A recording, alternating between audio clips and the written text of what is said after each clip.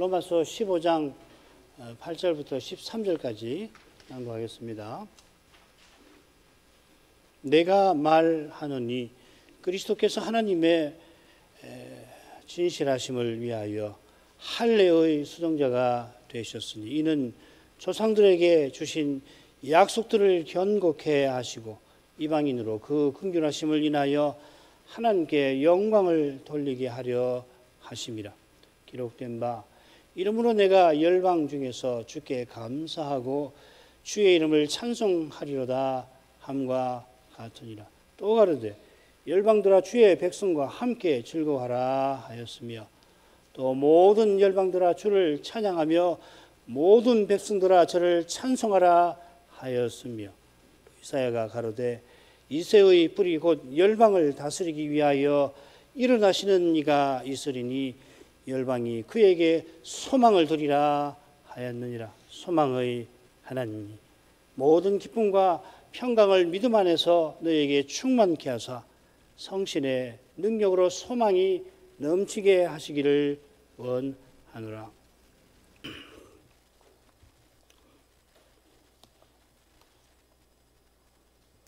바울 사도는 이 로마 교회의 실제 문제, 고기 먹는 문제를 길게 30절에 걸쳐서 다룬 다음에 오늘 읽은 이 그리스도 윤리의 맺은 말로 나아갑니다.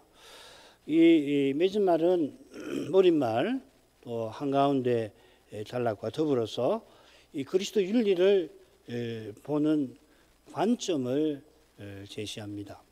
이 머릿말 가운데 맺은 말 합해봐야 16절 정도 아니 좀 더 되겠네요. 8절, 12절, 18줄 되네요.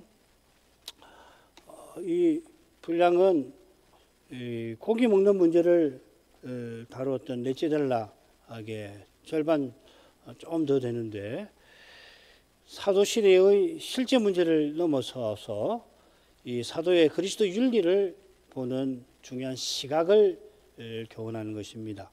이런 점에서 맺은 말은 넷째 단락의 교훈대로 하나님 나라가 먹고 마시는 것이 아니고 지금 열방에서 그리스도가 세우고 계시는 그런 거룩한 나라임을 잘 보여줍니다. 셋으로 나눠서 보고자 합니다. 먼저 8절, 9절 상반절에는 할례 수종자가 되신 주님이 언약을 이루어서 이방인을 구원하신다. 뭐 이런 핵심적인 주제입니다. 그리고 9절 하반절부터 12절까지는 이게 구약 말씀을 인용하는 거다. 네 군데의 구약을 인용을 하게 됩니다. 그리고 13절에서는 소망의 하나님이 소망을 넘치게 하시기를 바란다. 소망에 관한 주제로 끝납니다. 6절인데 광대한 구속 역사를 요약합니다. 그 광대함은 이 짧은 단락에 열방이라는 낱말이 혹은 이방인, 열방 같은 말인데요. 8번이나 나오는 데서 짐작할 수 있습니다만 하나님이 옛적에 친히 하신 말씀을 이루시는 방식, 곧 여호와의 종으로 세상에 오신 데에서 환히 드러나고 있습니다.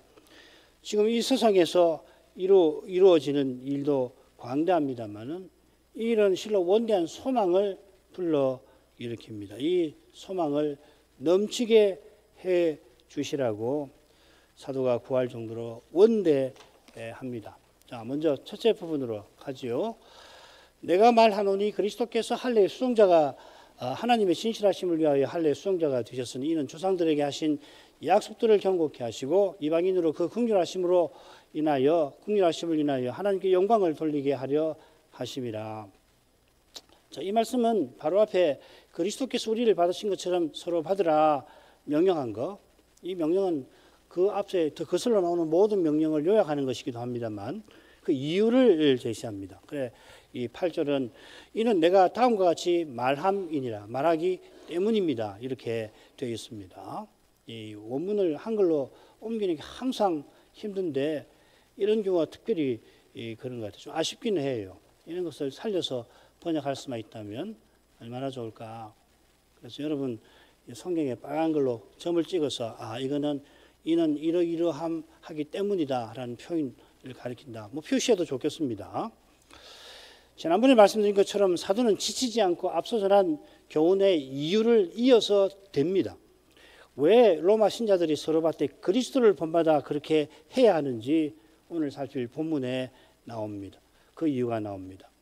사도가 서로 받으라고 명령한 이유는 내가 말하는 사실에 있습니다. 내가 말한다는 것은 사도가 이 사도로서 명령하는 교훈하고 명령하는 사실을 가리킵니다. 사도는 그리스도를 말하는 사람이라 할 수 있습니다. 그리스도께 보냄받은, 사도할 때 이 보냄받음이라는 뜻이 있잖아요. 보냄받은 사명이 바로 그리스도를 전함입니다. 그런 까닭에 사도는 선지자들과 함께 교회의 틀을 이룹니다. 신약의 이 선지자죠. 에베소서 2장 20절 잘 아실 것입니다. 교회가 서고 넘어지는 것이 모퉁이 돌이신 이 그리스도께 달려 있는데 부활하신 그리스도가 성신을 부어서 사도들을 온 세상에 보내어서 하나님께서 그리스도를 주와 구주로 세우신 것을 전하라 하셨습니다. 이 복음을 전하고 받는 거기에 교회가 그리스도의 몸으로서 존재합니다. 이래서 교회를 사도적 교회라고 부르기도 합니다. 요컨대 서로 받으라는 명령은 사도적 교회로 서나가라 이렇게도 표현할 수 있습니다. 바울 선생은 자기가 사도로 전하는 것을 요약합니다. 그 내용을 줄이면 그리스도께서 하나님의 진실하심을 위하여 할례의 수용자가 되셨다 하는 것입니다. 이게 이제 전하는 내용이에요. 말하는 내용입니다. 우리 눈에 띄는 표현이 필시 이 할례의 수종자일 것 같습니다. 돌려 표현하면 요약한 이 내용이 오늘날 신자에게 다소 낯설 듯도 합니다. 특히 종교개혁의 후예인 우리에게 그럴 수 있습니다. 하나님께서 그리스도를 믿는 자를 의롭다 하신다. 이건 우리에게 퍽 익숙합니다. 로마서 3, 4장에 교환하는. 사실 이 로마서하고 갈라디아서 외에는 이 표현이 나오진 않죠.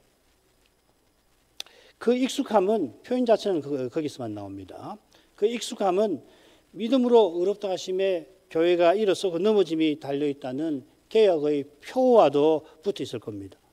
우리에게는 얼른 낯설지 모릅니다만 아직 성경 하면은 구약을 즉각 떠올렸을 사도시대에는 이 사도의 그 전한 표현이 퍽 친숙합니다. 게다가 서로 받으라고 하는 사도의 명령과도 밀접히 연결되어 있습니다. 이 명령을 받들어야 할 신자 중에 할례자가 있습니다. 유대인이 있는 것입니다. 이 압축적인 표현에서 사도가 강조하는 내용이 한둘이 아닙니다. 아니 압축된 표현을 이루는 낱말마다 사도가 강조하는 교훈이 풍성하게 담겨 있습니다. 사도는 우선 그리스도를 수종자라고 강조하는 것 같아요. 원문을 읽으면 바로 수종자가 그리스도 다음에 나오는데요.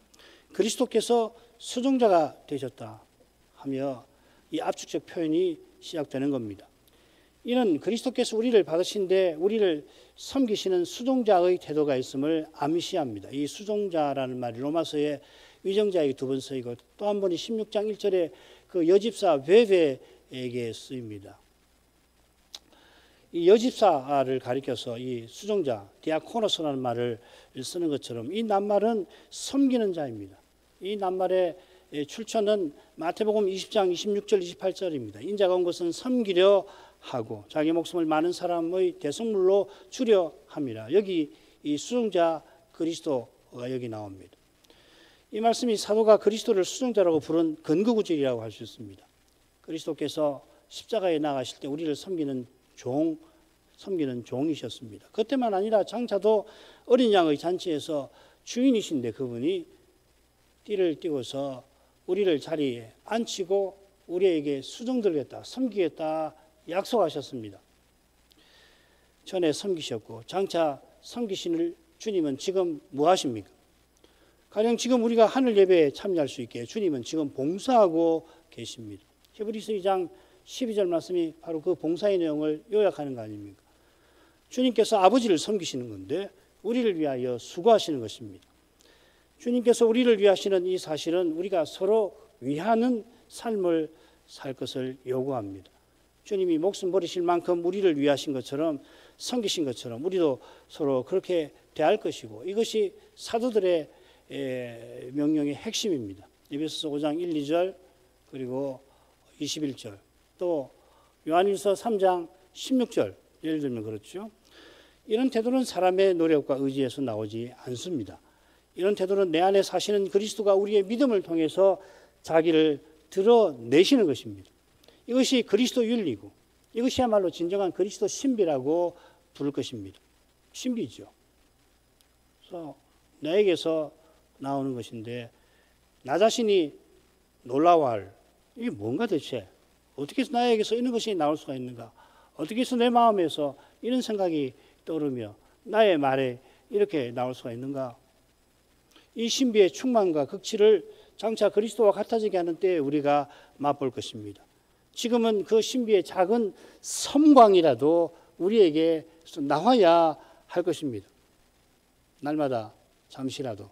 그러면 얼마나 복된지 모르겠습니다. 평생 한순간이라도. 우리 주님께서 틀림없이 이 신비를 온 세상에 흩어진 교회와 신자를 통해서 이 순간에도 드러낼 것입니다. 그래서 이 하루가 이렇게 지나가는 것입니다.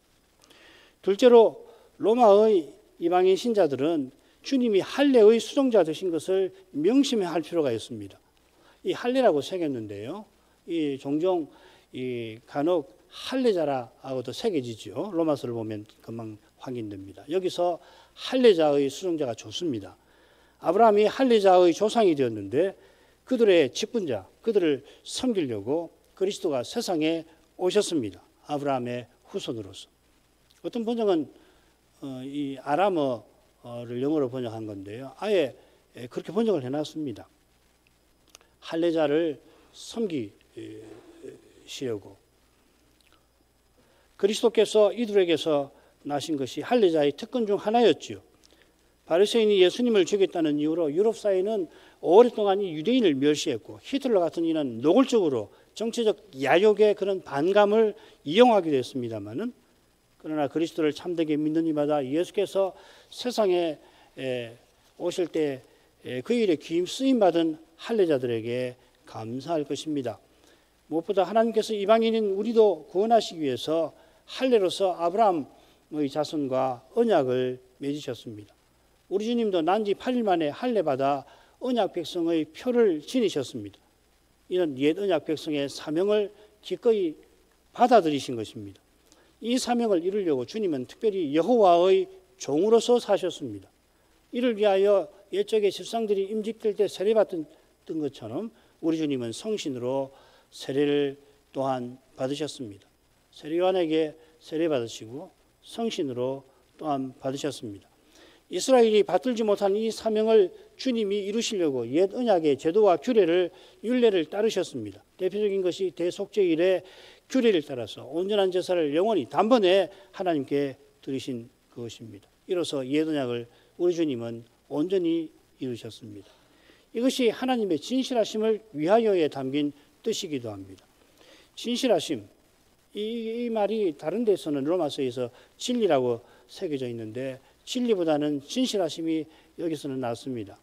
요한복음 머리말에도 이 말이 나오는데, 독생하신 하나님 예수 그리스도에게서 은혜와 진리가 충만하였다 할 때 이 진리, 이는 여호와의 인애와 진실을 가리킵니다.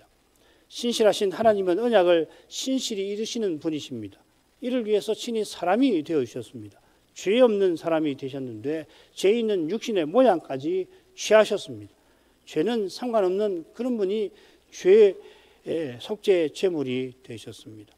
십자가에서 속죄제를 드리실 때 또한 그분은 헤렘 심판을 받으셨습니다. 이것이 자기 영혼을 속건제로 드린다 하시는 예언을 이루는 것입니다. 아브라함과 언약 맺으실 때 친히 쪼개진 짐승 사이로 여호와께서 지나가셨는데 그 언약을 어긴 이스라엘을 대신해서 자기가 언약의 저주를, 헤렘 심판을 십자가에서 받으신 것입니다. 이것이 이보다 언약을 철저히 이룰 수가 없습니다. 하나님이 자기 아들을 아끼지 않고 내어주셨습니다. 성부께서 아들에게 우리 받아야 할 저주, 형벌, 진노를 쏟으신 것입니다. 이를 위하여 먼저 아들께서 저주를 받아서 저주받아 마땅한 우리와 하나가 되어 주셨습니다. 먼저 하나가 되어 주셨습니다. 하나님이 죄인인 우리를 의롭다 하십니다마는 그때 불의하신 게 아니라 실로 의로우십니다. 실로 의로우실 뿐만 아니라 지극히 의로우십니다. 하나님의 사랑이 요컨대 의의 극치로서 나타났습니다. 이 신비를 누가 다 풀겠습니까? 하나님의 진실하심이 그리스도를 믿는 우리에게 더 없는 사랑이내입니다. 이런 진리가 로마서 1장 17절에 담겨 있지 않습니까? 복음에는 하나님의 의가 계시되고 있다. 로마서 10장 3절 자기 의를 세우려고 하나님의 의를 복종치 아니하는 바리새인. 이것이 조상들에게 주신 약속들의 핵심입니다. 그리스도께서 할례자의 종이 되신 목적이 조상들에게 주신 약속들을 견고케 성취하시기 위함에 성취하심에 있습니다. 로마서 4장에 조상들을 대표하는 아브라함이 나오는데 하나님이 그에게 약속을 주셨죠. 아브라함에게도 약속들을 주셨습니다. 핵심적으로 하나님께서 언약의 후사와 가나안 기업을 주시겠다는 약속들을 그에게 주셨습니다. 이 두 약속들은 아브라함의 자손이 가나안 땅을 기업으로 얻어서 거기서 언약 백성답게 살아가는 것입니다만은 궁극적으로는 메시아와 오실 메시아와 하나님 나라에 관한 것입니다. 아브라함대로 고향 친척 아비 집을 떠나라 하시고 가나안에 이끄실 때에 땅의 모든 족속이 너를 인하여 복을 얻을 것이다 하셨습니다. 동일한 약속이 이삭을 번제로 드리던 그 사건에도 이렇게 나옵니다. 내 씨로 말미암아 천하 만민이 복을 얻으리라. 열조에게 하신 이 약속들을 그리스도께서 견고케 하셨다, 이루셨다고 갈라디아서는 특별히 3장 8, 9절에서 해명하였습니다. 그리스도께서 열조에게 하신 약속을 견고케 하신 성취하신 결과 이방인이 그 긍휼하심을 인하여 아브라함과 함께 복을 받습니다. 바울 사도는 너희에게 베푸시는 긍휼이라고도 표현하였습니다. 이스라엘이 순종치 아니하여 우리 이방인이 이제 긍휼하심을 받습니다. 이스라엘 열조에게 하신 약속을 이루셨는데 이스라엘은 도리어 믿지 아니합니다. 사도가 이방인에게 그리스도를 전하는 것을 시기하여서 사도를 죽이려고 듭니다. 그러나 이런 반응이 열조에게 하신 약속의 전부가 결코 아닙니다. 유대인들이 하나님의 약속 구원에서 다 탈락하는 것이 결코 아닙니다. 바울 사도는 재림 직전에 이스라엘이 대거 주께로 돌이키실 것을 깨달았습니다. 이는 이방인에게 베푸시는 긍휼로 이스라엘도 긍휼을 얻게 하려 하심이라 하였습니다. 여기에 긍휼하심을 입은 이방인이 하나님께 돌릴 영광이 있겠습니다. 우리가 돌릴 영광은 내가 구원받아 감사하는 것에 그쳐서 안 될 것입니다. 이 주제는 둘째 부분에서 좀 더 살피겠습니다마는 예수께서 할례의 수종자로 옛 언약을 이루어 이방인도 긍휼 구원을 얻게 하셨으니 로마의 이방인 신자들이 유대인 신자들을 업신여겨서 안 될 것입니다. 내가 고기 먹게 되어서 하나님 감사합니다. 그러면서 유대인 신자들을 업신여기는 것은 영광 돌리는 것이 아니죠. 그게 아니고 그리스도처럼 서로 대하되 그리스도께서 위하여 목숨 버리신 형제로 귀히 대할 것입니다. 둘째 부분으로 가지요. 기록된 바 이름으로 내가 인용을 이름으로부터 해야 됩니다. 이름으로 내가 열방 중에서 주께 감사하고 주의 이름을 찬송하리로다 함과 같으니라. 또 가로되 열방들아 주의 백성과 함께 즐거워하라 하였으며 또 모든 열방들아 주를 찬양하며 모든 백성과 저를 찬송하라 하였으며 또 이사야 가로되 이새의 뿌리 곧 열방을 다스리기 위하여 일어나시는 이가 있으리니 열방이 그에게 소망을 두리라 하였느니라. 사도는 우리 주님처럼 율법 선지자 시편을 들어서 그리스도께서 이방인으로 그 긍휼하심을 인하여 하나님께 영광 돌리게 하려 하심을 전하려 합니다. 맨 처음 인용은 시편 18편이고요. 둘째는 신명기 32장이고요. 세 번째는 시편 117편, 네 번째는 이사야입니다. 열방 곧 이방인이 주를 찬송할 것이라 하는 예언이, 하나님께 영광 돌릴 것이라는 예언이 그리스도 안에서 이루어진 것을 인용한 네 말씀은 전하고 있습니다. 말씀하신 하나님께서 친히 말씀대로 이루셨다는 겁니다. 그 하나님께서 먼저 언약을 맺으셨듯이 맺으신 언약을 친히 이루신 것입니다. 바로 여기에 하나님의 주권적인 역사하심에 그 사랑에 우리의 구원이 있고 우리의 구원이 그리스도 안에서 흔들리지 아니합니다. 4개의 구약 말씀이 인용되었는데 제가 표시해 둔 것처럼 처음과 마지막이 짝을 이루고 가운데들이 짝을 이룹니다. 이방인이 하나님께 영광을 돌린다, 찬송 드린다는 것이 두 번째, 세 번째에 나오죠. 그죠? 그리고 처음과 마지막에는 바로 이 일을 이루시는 메시아에 관한 주제가 내가 찬송하리라. 열방을 다스리기 위하여 일어나실 이가 오실 거다. 그 메시아에 대한 주제가 처음과 마지막, 가운데가 그 메시아의 찬송으로 말미암아 열방이 그의 안에서 하나님께 영광을 돌리게 될 거라는 예언이 되겠습니다. 자, 먼저 첫 번째로 가죠. 시편 18편은 사무엘하 22장에 실려 있습니다. 그 표제를 보면 이유를 확인할 수 있어요. 여호와께서 다윗을 모든 대적의 손과 사울의 손에서 구원하신 그날에 다윗이 이 노래의 말씀으로 여호와께 아뢰어. 이 사무엘하 22장은 사무엘하 21장부터 24장 사무엘기의 마지막 결론에 나옵니다. 그거 보면 6수로 나눌 수가 있는데 아마 익숙하실 겁니다. 여러 번 제가 이 도표를 말씀드렸으니까. 처음과 끝에 보면은 언약의 나라의 연약한 현실이 나오죠. 사울의 죄가 나오고 마지막에는 다윗의 죄가 나옵니다. 그 나라를 대표하는 왕들이 약해서 나라가 망할 뻔한 일이 끝에 나오죠.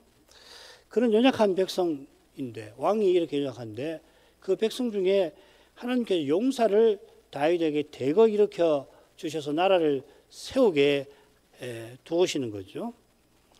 이 은혜를 다윗이 잊지 아니하고서 모든 원수와 사울의 손에서 건져주신 날 찬송을 드렸는데 찬송이 이 2개가 나옵니다. 시편 18편하고 다윗의 예언시가 짝을 이루며 나옵니다. 이 시편 18편 말미에서 다윗은 민족들로 내게 복종케 하신다 하는 것을 고백하고서 인용한 말씀대로 내가 열방 중에서 이 중에 내가가 중요한 겁니다. 민족들로 내게 복종케 하셨다 하고서 내가 그러니까 단지 이스라엘 백성 한 사람을 이야기하는 게 아니죠. 그죠? 다윗 왕을 혹은 다윗 후손으로 오시는 메시아를 염두에 두고 하는 시 아니에요. 그죠? 그러니까 내가 열방 중에서 감사하며 주의 이름을 찬송하리이다. 이게 시편 22편 22절 히브리서 2장 12절하고 같은 거 아니에요. 내가 교회 중에서 아버지를 찬송하겠습니다. 내가 중요한 거예요. 다윗이 나라들과 싸워 이긴 그 일에서 자기 후손으로 오시는 메시아와 그분에라 특별히 그분이 교회 중에서 찬송하실 그의 나라 중에서 찬송을 이끄실 일을 바라본 것입니다. 자, 두 번째로 가죠. 신명기 32장인데 이건 우리 지금 여호수아서를 수요일날 배우는데 그것과 짝을 이루는 부분이죠. 모압 평지에서 이스라엘의 장례를 예언하는 말씀입니다. 곧 이스라엘은 이 요단을 건너 가나안에 들어갈 참입니다. 이게 여호수아 첫째 대목 1장부터 8장까지 내용 아니에요. 이스라엘이 하나님의 구속으로 이집트에서 탈출한 것처럼 같은 은혜로 가나안에 들어가는 겁니다.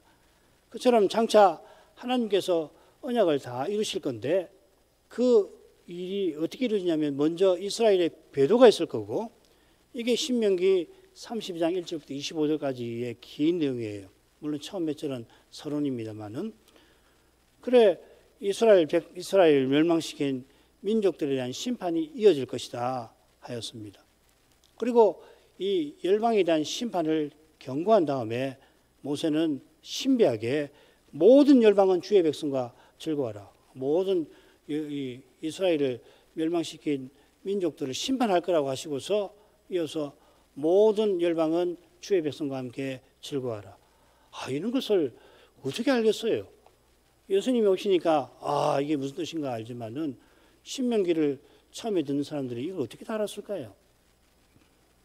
32장 43절에 이렇게 됩니다. 너희 열방은 주의 백성과 즐거워하라. 주께서 그 종들의 피를 갚으사 그 대적에게 보수하시고 자기 땅과 백성을 위하여 속죄하시리로다. 말씀드린 대로 바로 앞에까지 열방이 심판받을 것을 경고한 것과 너희 열방은 주의 백성과 즐거워하라 어울리지 않죠. 그러나 모세가 바라보던 그 메시아께서 세상에 오셔서 지금 이방인 중에 복음을 전파해 주십니다. 이 일이 완료될 그때에 만민의 심판이 있을 것입니다. 다시 오실 그날까지를 가리켜서 사도는 은혜 받을 만한데 구원의 날이라고도 부르죠. 이방인이 이런 구원을 맛보고서 모세가 말한 주의 백성 할례자와 함께 즐거워하라 하는 것입니다. 이런 말씀을 조차 로마의 이방인 신자들이 유대인 형제들과 함께 주의 구원을 즐거워해야 할 것입니다.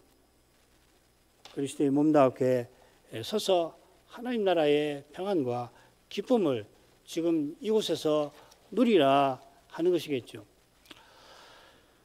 인용된 시는 두 절로 이루어져 있습니다. 모든 열방,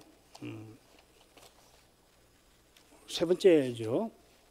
시편 17편인데 이 두 절로 되어 있죠. 그죠? 모든 열방, 곧 모든 나라와 민족들 들어 여호와를 찬송하라 하고 2절에 그 이유가 요약되어 있는데 우리에게 행하신 여호와의 인자하심이 크고 진실하심이 영원함이로다 할렐루야. 아주 짧은 시죠. 이 시를 인용하는 바울 사도의 마음은 필시 스페인 선교에 다 있을 것입니다. 구약 시인이 장차 오실 메시아를 바라보면서 이 위대한 장래를 예언한 것입니다. 마지막 인용 구로 가죠. 사도는 여호와의 크신 인자와 영원한 진실이 무엇인지를 이사야서를 들어 교훈합니다. 여호와의 인자와 진실, 이런 이새의 뿌리이신 메시아에게서 실로 찬란하게 드러납니다. 이새의 뿌리이신 메시아는 이새의 아들 다윗의 후손이십니다. 이런 점에서 이새가 메시아의 뿌리일 것입니다만 메시아는 먼저 이새의 뿌리십니다. 요한계시록에는 둘 다 표현되어 있죠. 다윗의 뿌리라고도 나오고 다윗의 뿌리요 자손이라고 되어 있습니다. 이새가 다윗을 낳은 일은 물론이고 다윗이 언약을 이룬 일이 오실 메시아에게 있다 하는 것이 이 다윗의 뿌리, 이새의 뿌리라는 뜻이겠죠. 메시아께서 열방을 다스리기 위하여 일어나시는 이이십니다. 심지어 부활 때 하늘과 땅의 모든 권세를 받으셨습니다. 장차는 물론이고 지금도 주님은 열방을 다스리십니다. 역사가들이 현대사를 지금 역사를 후기 기독교 시대라고 합니다만 이 시대만 아니라 적그리스도가 통치하는 그 시대도 부활하신 그리스도의 손 아래에 있습니다. 이 사실을 깨닫는 길이 단연 그리스도와 함께 고난받는 것입니다. 이것이 열방이 그에게 소망을 두리라는 예언과도 붙어 있습니다.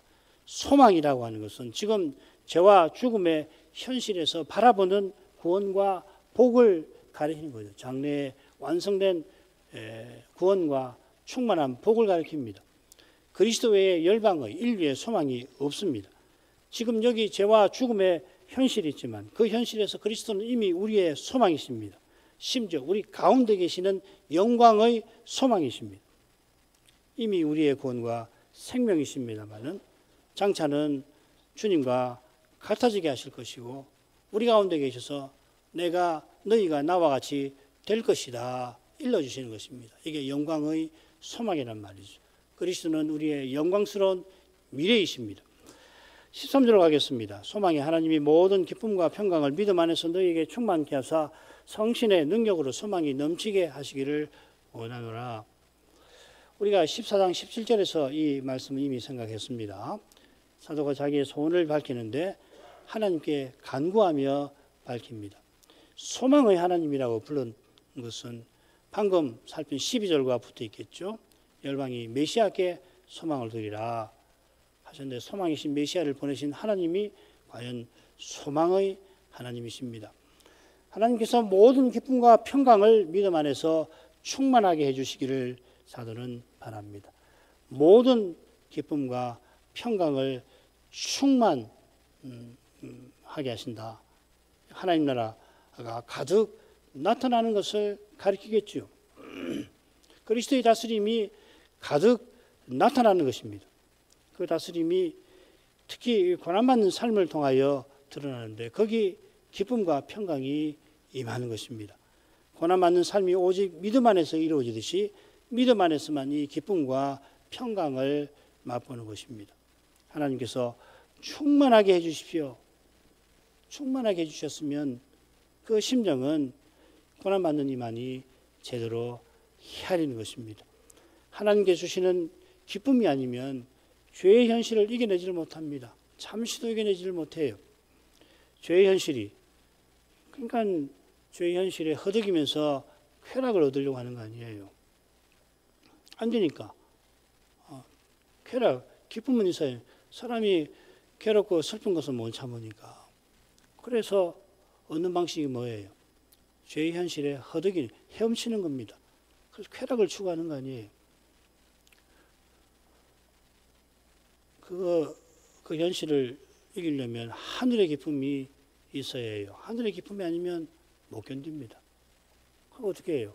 괴로운 것은 못 견디겠고 슬픈 것은 더는 참을 수 없으니 쾌락으로 가는 거죠. 그러니까 이거 이만큼 하십시다. 죄의 현실이 얼마나 지독한가 맛보는 이는 충만한 기쁨을 절로 구하게 됩니다. 죄가 하나도 없는 세상에서 맛보게 하시는 기쁨. 이 땅에서는 기쁨을 누리면서도 이 죄책감을 떨쳐내기가 어렵잖아요. 물론 기쁨도 잠시뿐입니다.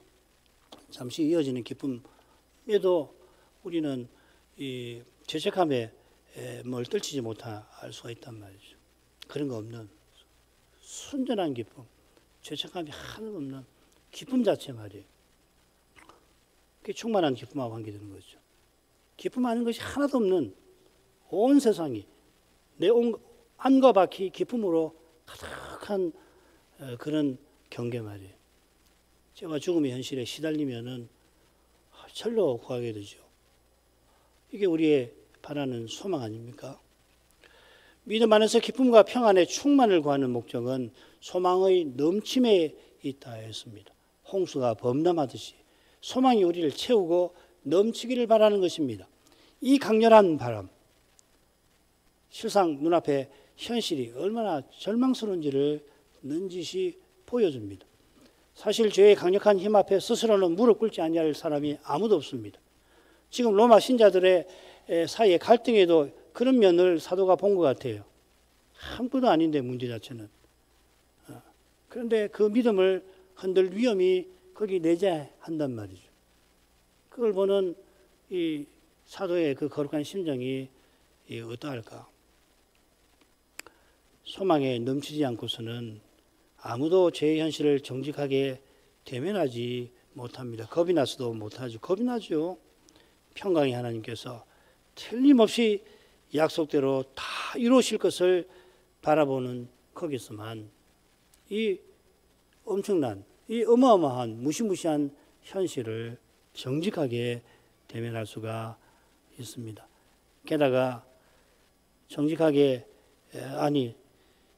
대면하며 소망이 넘치는 저 장래를 바라보는 그것이 이미 하나님의 해답이라는 것을 마침내는 깨닫게 됩니다. 참으로 소망하는 이는 이게 무슨 말인지 금방 알 것입니다.